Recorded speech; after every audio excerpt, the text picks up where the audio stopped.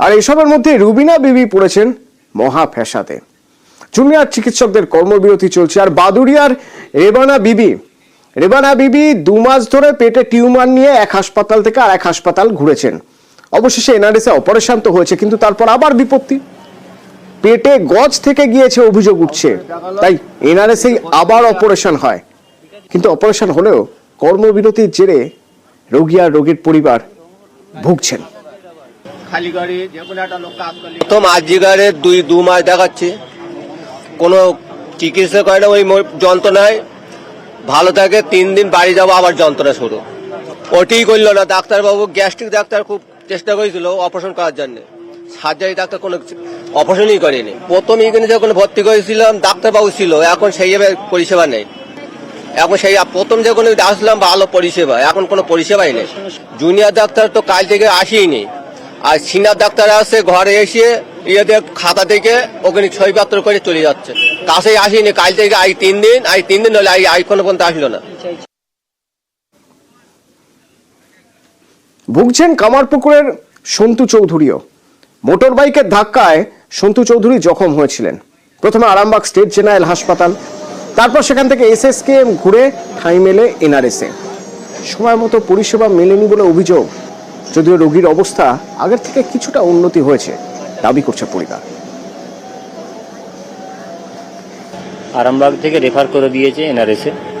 তো আমরা আরামবাগ থেকে রুগীটাকে প্রাথমিক চিকিৎসা ওরা যেটা করে দিয়েছে, তারপর নিয়ে এসে আমরা এখানে এনআরএসে ভর্তি করেছি।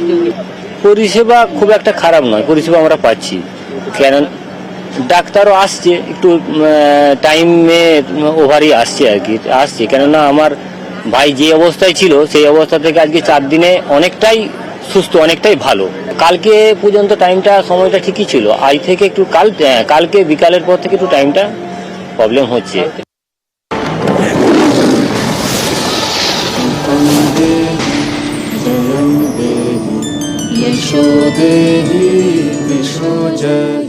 সরাসরি টালা প্রত্যয়ে নজর রাখা যাক।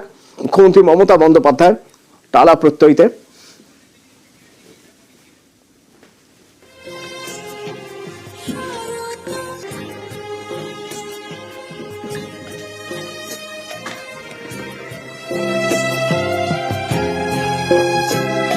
বৃষ্টি মাথায় টালা প্রত্যয়ে পৌঁছলেন মুখ্যমন্ত্রী মমতা বন্দ্যোপাধ্যায়। উদ্বোধন করছেন টালা প্রত্যয়ের পুজো।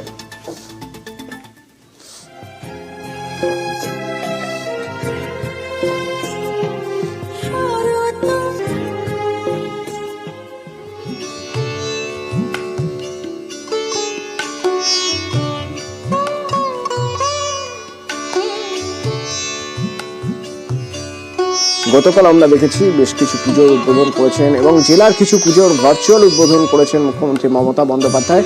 আজ টালা প্রত্যয়।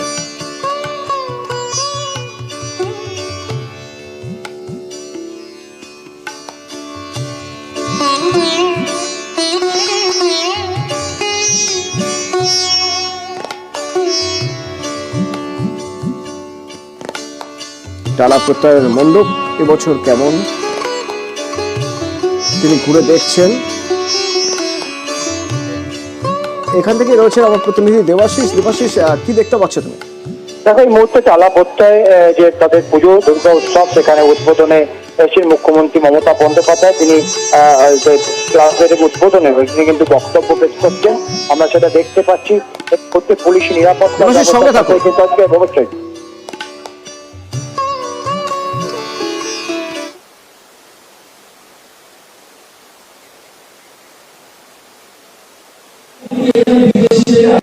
সম্ভব নয়, কিন্তু তা সত্ত্বেও পুজো কখনো থেমে থাকে না, উৎসব কখনো থেমে থাকে না।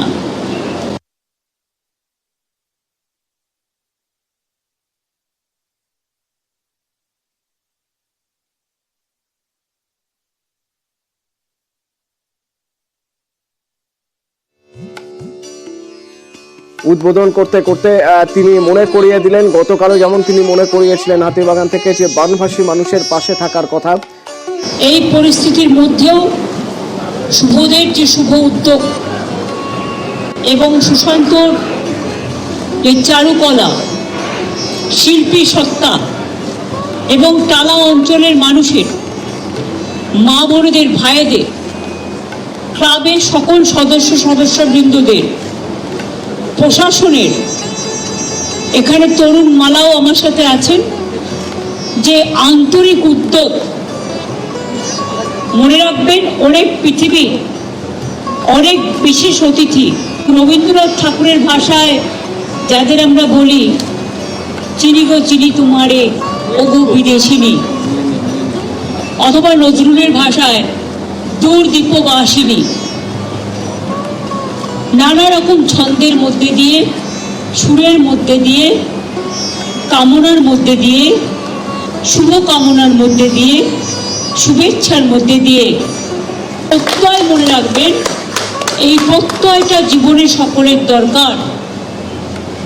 প্রত্যয়টা হচ্ছে আত্মপ্রত্যয়। প্রত্যয় হচ্ছে প্রত্যয়ের প্রত্যুষ। প্রত্যয় হচ্ছে প্রত্যয়ের উন্মেষ। প্রত্যয় মানুষকে আলোকিত করে, উদ্ভাসিত করে, সুভাষিত করে, সুরভিত করে, বিকশিত করে, সঞ্জীবিত করে, পুলকিত করে, পুষ্পিত করে, বিকশিত করে। আর প্রত্যয় আত্মপ্রত্যয় নিয়ে এগিয়ে চলে। প্রত্যয় কখনো থামে না।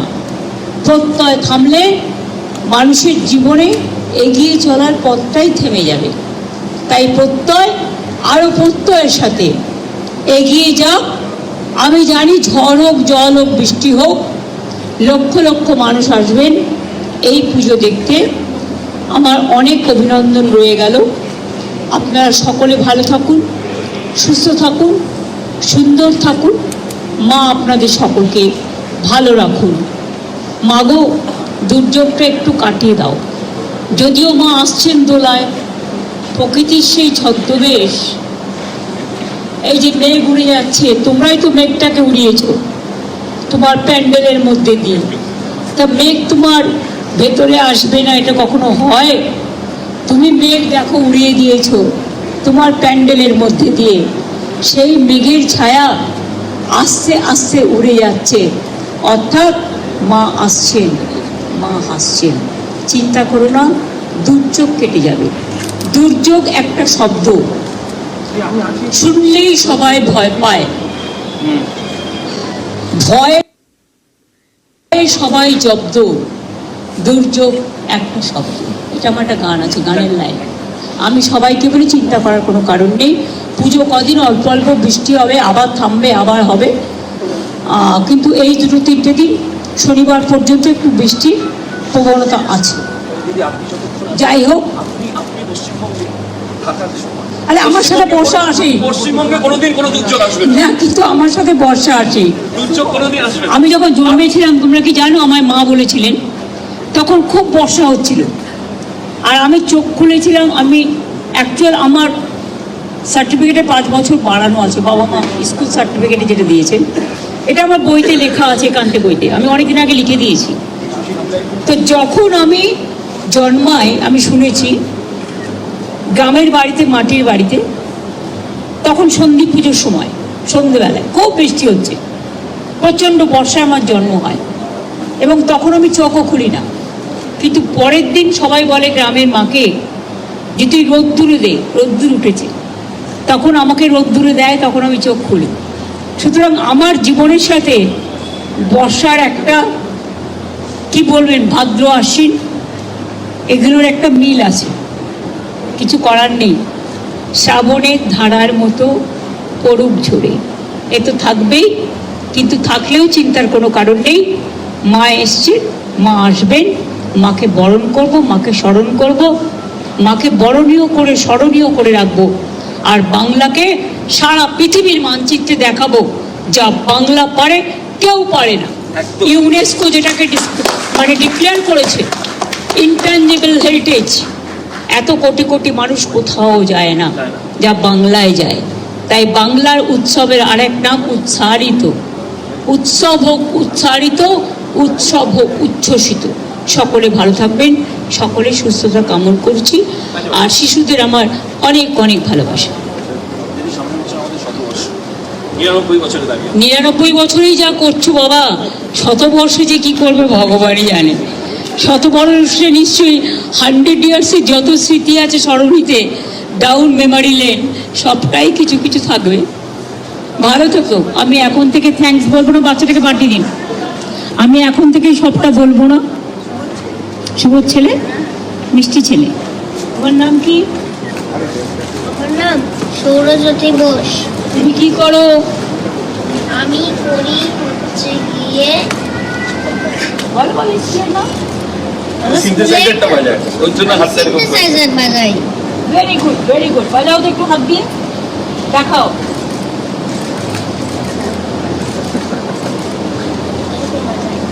হ্যাঁ আমি জানি। Very good, very good, very good. অনেক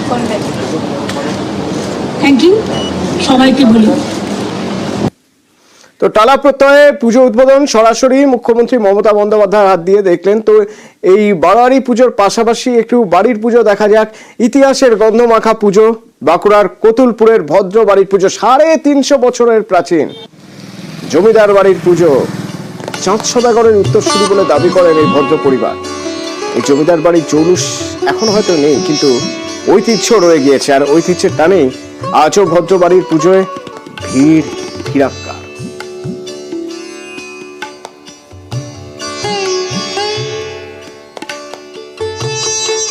আমাদের ষষ্ঠীর দিন বোধন হয়, সেদিনে আমাদের সেই দিন থেকেই আমাদের পুজো আরম্ভ হয়ে যায়। কিন্তু আমাদের পুজো মোটামুটি প্রতিপদের পর দিন থেকেই প্রতিপদ থেকে আরম্ভ হয়।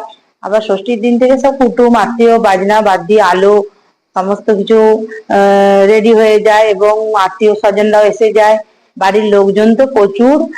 আর নিজের বাড়ির পুজো বুঝতেই পারছেন কি রকম আনন্দ করতে হয়। আমরা 1 বছর অপেক্ষা করে থাকি এই 4টে দিনের জন্য। আর আমি এই 11 বছর হলো এই পুজো আনন্দ উপভোগ করছি। আর এই 4টে দিনের পুজো আমরা নিজেদের হাতে সবকিছু নিজেদের হাতে দায়িত্ব পালন করি। তার ফলে আমাদের বেরোতে হয় না, বেরোতে পারিও না এই পুজোটা ছেড়ে।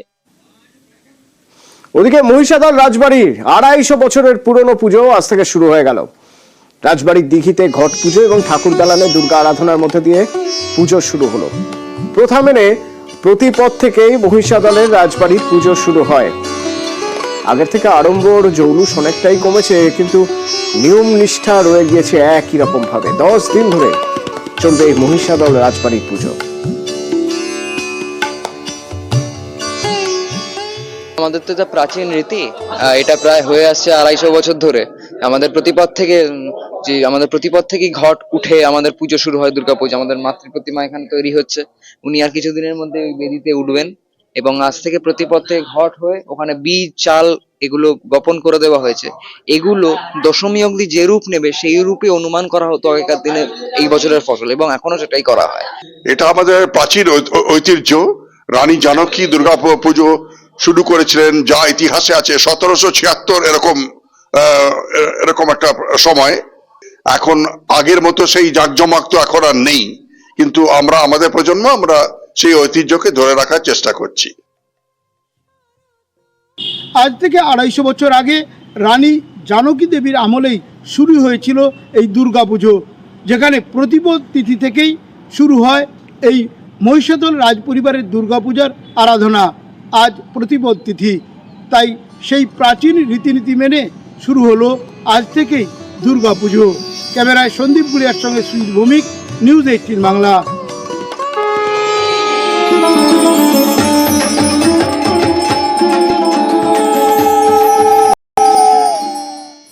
পূর্ব মেদিনীপুরের ঝুড়িয়া গ্রামে এখন গয়না পুজো হয়।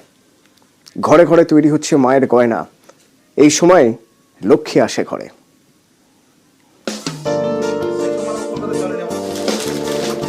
বছর ভর অপেক্ষা, পুজো এগিয়ে এলেই ব্যস্ততা বাড়ে ঝুড়িয়া গ্রামে। গ্রামের ঘরে ঘরে ডাক শিল্পের কাজ চলছে, প্রতিমার গয়না বানানোর কাজ। এখন গয়নায় ঝলমলে গ্রাম। দুর্গা তো বেশি লাগে ঢাকাই সেট, বাংলা সেটাকে বলি আমরা।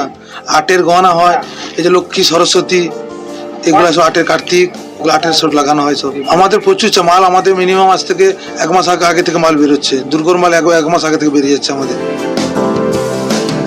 সোলার গয়না, নোলক থেকে মুকুট, গলার হার সবই তৈরি হচ্ছে নিপুণ হাতের ছোঁয়ায়।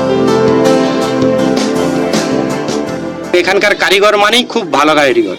এরা সারা বছরই এরকম ভাবে বিভিন্ন জায়গায় মাল সাপ্লাই দিয়ে থাকে। যেরকম প্রফিট হয়, গ্রামেও প্রফিট হয়, বাইরেও পাঠালে হালকা প্রফিট বাড়ে।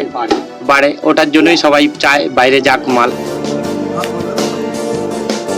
ঝুরিয়া গ্রাম গয়নার গ্রাম। পুজোর আগে এখন নাওয়া খাওয়ার সময় নেই শিল্পীদের, চলছে শেষ বেলার কাজ। পূর্ব মেদিনীপুর থেকে পঙ্কজ দাশরথী, নিউজ 18 বাংলা।